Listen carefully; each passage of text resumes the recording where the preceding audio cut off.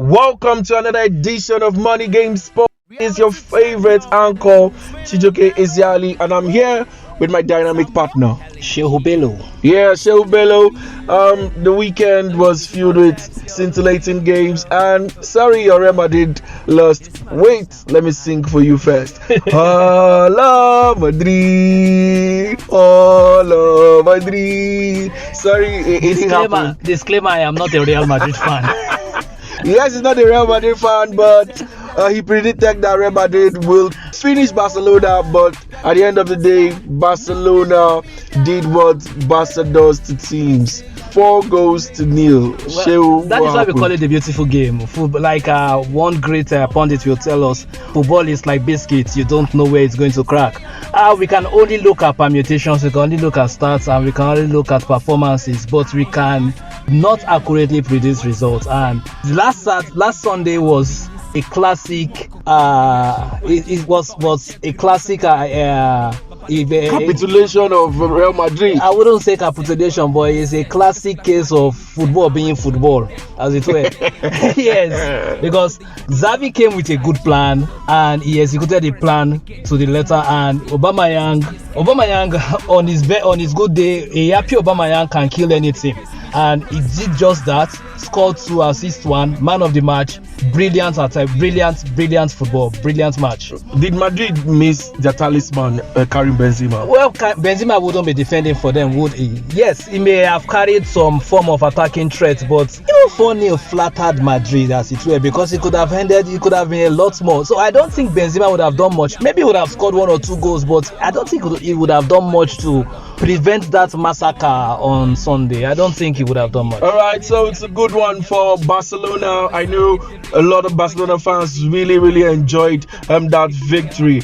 Also, there was a big game in England also at the weekend, the London Derby, where Spurs, again another team you did not expect to win. You said you didn't trust Conte, but at the end of the day, they did the job. Song had goals, 1 own goal, Kane provided 3 assists, and job done. They defeated West Ham. Yeah, David Moyes has been disappointing. If it were the old David Moyes, I don't think Spurs would have got away with a win in that match, because it's so funny that I'm laughing because I remember how he said Moyes went back to school. Yeah, he went back to school and he overlearned the entire team. Yes, he went and played expansive football against Spurs. I mean, it is the most stupid thing any manager can do. Spurs thrive on space. Spurs thrive on counter-attack. They are the best counter-attacking team in the EPL. You give them space, they do one long ball to Kane, Mora, Son, and you are dead. That's basically it. It is primary school stuff, and Moyes still made this mistake. It is quite annoying anyway. And now Spurs front three is Kulusevski, the new guy from Juventus, Song and Hurricane, and they've been devastating. They've been devastating. Attack, all right. So it's good one, and another good one for you personally. Saka rescued all 3 points for us now as they defeated Aston Villa 1-0. I think the talking point from that game is Saka's comment that look, he has been targeted by several teams, and Steven Gerrard's comment afterwards that he has about 30 screws in his waist and leg and everything that is. But basically, look, tackles are allowed in football, but fouls are not. That is why the referee gives yellows and red cards for fouls. And if there is bad fouls, yes, of course. If there is deliberate attempt by any team to rotationally foul a player, then of course that player should be protected. What really surprised me about Saka is it is clear that this guy is a next generation talent for England. It is clear that look, if the English team is going to thrive in the future, they will need people like Saka to produce. Yet they don't offer him the same protection like they offer Kane. For instance, Harry Kane commit some of the biggest fouls in England in the Premier League. Remember, this is classic. You jumping for ball, Kane leaning back behind and making sure you fall off, and somebody could break their neck doing that. But the referees will just look at it, not even a single yellow card, and that is a red card offense.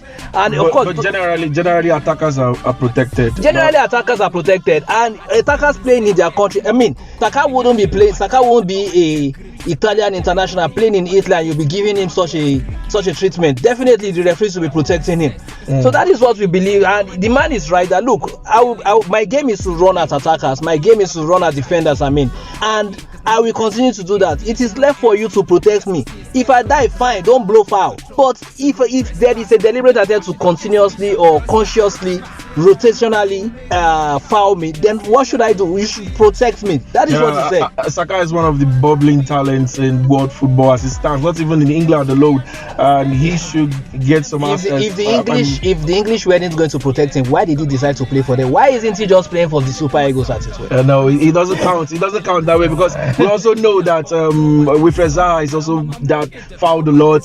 Hazard, when he was in England, he has been fouled over 90. A lot. So Hazard have been fouled over 90 times this season. It happens in football. He's the most fouled player in the Premier League. All right, so that's for the review for last weekend. We enjoyed it, and this week is international break, and from Africa, Congo versus Morocco, Mali, Tunisia, Cameroon versus Algeria, Ghana, Nigeria, Egypt, Senegal. Obviously, the biggest game is the Egypt-Senegal game.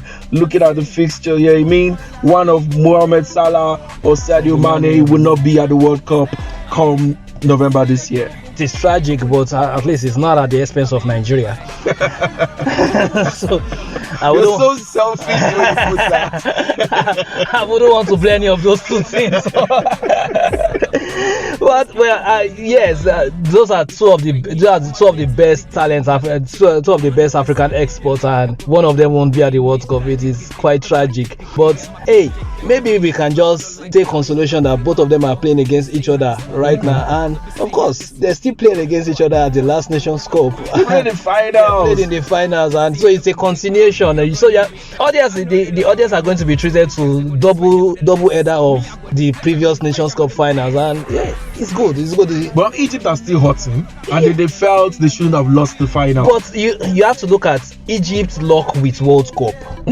They may have even the years that they won the Nations Cup consecutively. Somehow dominating Africa. Somehow they always conspire not to qualify for the World Cup. In this game, I will go for Senegal to win both legs. I'll go for Senegal to qualify. That's a huge prediction. Yes, I will. That's a huge one. So we'll go to DR Congo versus Morocco. Straightforward prediction from you here. I'll go for Morocco. Morocco is without Ziyech. And we should put that out. It wasn't at the Nations Cup, so and they did quite well. And he's refusing to come back to the national team. Yeah, so but Morocco is a good team. Alright, you picked Morocco there, and it's Mali versus Tunisia. Tunisia knocked Nigeria out of the Nations Cup, so we have a little bias there. Yes. Maybe we just want Mali to go through. That Nigeria-Tunisia match, we will play that match 10 times. 9 out of 10 times Nigeria would have won that match. Exactly. It was just painful. It was just that was why I feel the outcry wasn't that much in the country, because everybody understood that this was just a fluke. It was just a fluke win for Tunisia. Exactly. They are not a very solid team, let's be frank. Mali is due a World Cup. Yeah, Mali is one of Africa's giants when it comes to football. Good young players. They have good young players. Yes, and they are West African brothers. So yes, my sentiment will go to them. All right, it's the last Nations Cup host, Cameroon versus Africa's #1 ranked team, Algeria. Riyad Mahrez. Yes, well, Cameroon don't joke with the World Cup. We also see what Cameroon can do at the last Nations Cup. We felt maybe they are at a decline. They're on a decline, but the last Nations Cup, they actually play some fine, attacking, exciting football. Mahrez didn't come to the party in the last Nations Cup, and Algeria was very, very ordinary. I feel the team is also, they've reached the peak of their powers, and they might just want to give one final performance because it is the World Cup. They may want to do that, but Cameroon is Cameroon. I don't bet against them as long as the World Cup is concerned, except Nigeria is involved. Nigeria stopped them from going to the last one. So except Nigeria is involved, I don't bet against Cameroon. I'll put my eggs in Cameroon's basket. All right. For the final preview, we have Nigeria, Ghana. Nigeria will play the first leg in Kumasi and the return leg in Abuja. Okay. How do you think that will go? Yeah, of course, my head and my heart go to play, so I won't predict against my country. All right. That takes us straight to the star gist of the week, and obviously it is the Nigerian game, and we'll be missing two key players on the team. Number one, the first choice goalkeeper of the national team, called in sick, Maduka Okoye. He will not be available for the game, and Wilfred Ndidi is injured and won't be available also for the game. With the absence of these two players, will it affect Super Eagles picking the 3 points in Kumasi against Ghana? Well, I think it is we will only feel the absence of one extensively, and that is Wilfred Ndidi. Maduka Okoye, yes, he is the current preferred number one of the Super Eagles, but not because he is better than the other people behind him, but just because, well, he plays regularly in Europe, one of Europe top 6-7 leagues. So yeah, that is why, but it's not very exceptional as it were. I'm not saying this because of his performance in the last Nations Cup, but I'm just saying it because, of course, he's not exceptional, obvious. So Nigeria, the search for a top class Super Eagles goalkeeper continues, but we won't really miss Maduka Okoye because we will be replacing him with like quality anyway. So that's Francis Uzor will be stepping in. He's basically the same level as Okoye, so it won't really be too much of a miss for us. But I feel indeed his absence in that midfield will be felt. Though I'm predicting that Frank Onyeka will do a good job for us there. Of course, he's also playing regularly in the Premier League for Brentford, and he's been doing quite well this season. Though he lacks the finesse of Wilfred Ndidi, the control, the presence, you feel him there. Frank can kick you to the wall and kick down the wall and everything. He's a old school dogged attack defensive midfielder. But if we should put some key players around him, Joe Aribo, and I am also pushing for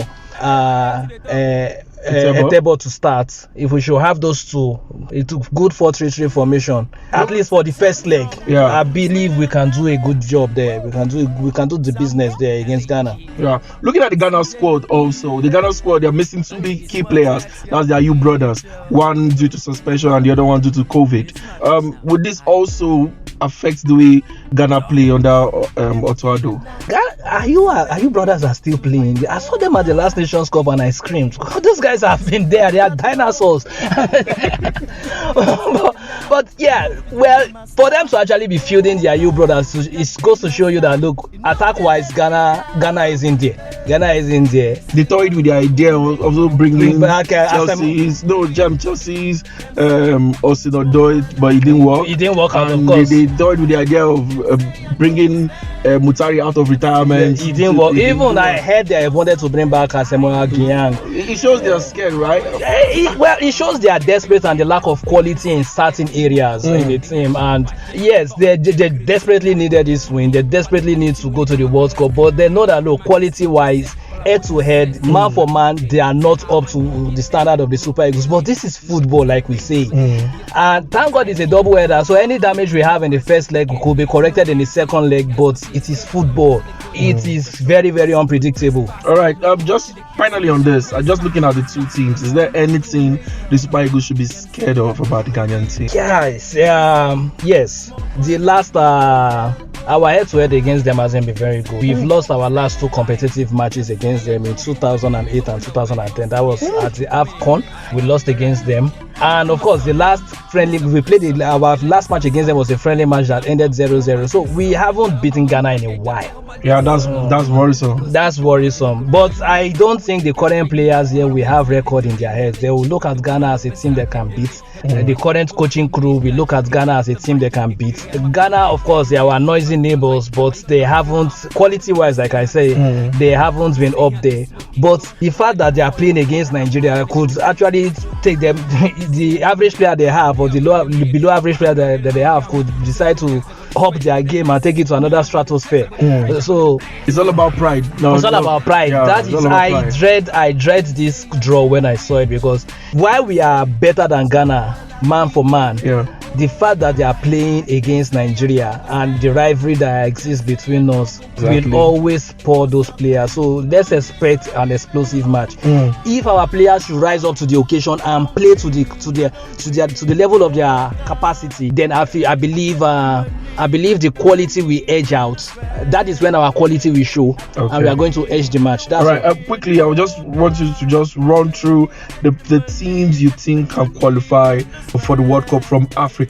DR Congo, Morocco, Mali, Tunisia, Cameroon, Algeria, Ghana, Nigeria, Egypt, Senegal. All right, there you have it. So in case you're a betting man and you want to place your money where your mouth is, or Shewu's mouth is, you've had it from here. First time for Money Game Sports. So I'll just quickly run through international friendlies for you, just in case you want to sit back and just relax and watch games. On Friday, it's France, Ivory Coast. On Thursday, Scotland, Poland. Saturday, it's England, Switzerland, Republic of Ireland, Belgium, Spain, Albania, Germany, Israel, and India.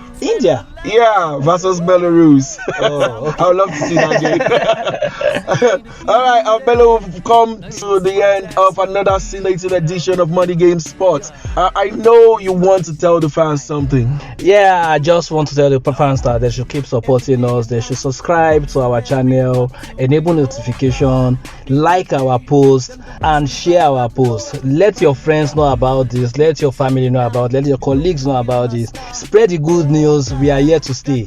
Yeah, you had the man. Spread the good news. Click, like, share, subscribe. Please, yeah. All right, my name is Chisoke Isiali. With me is Shehu Bello Aradavachi.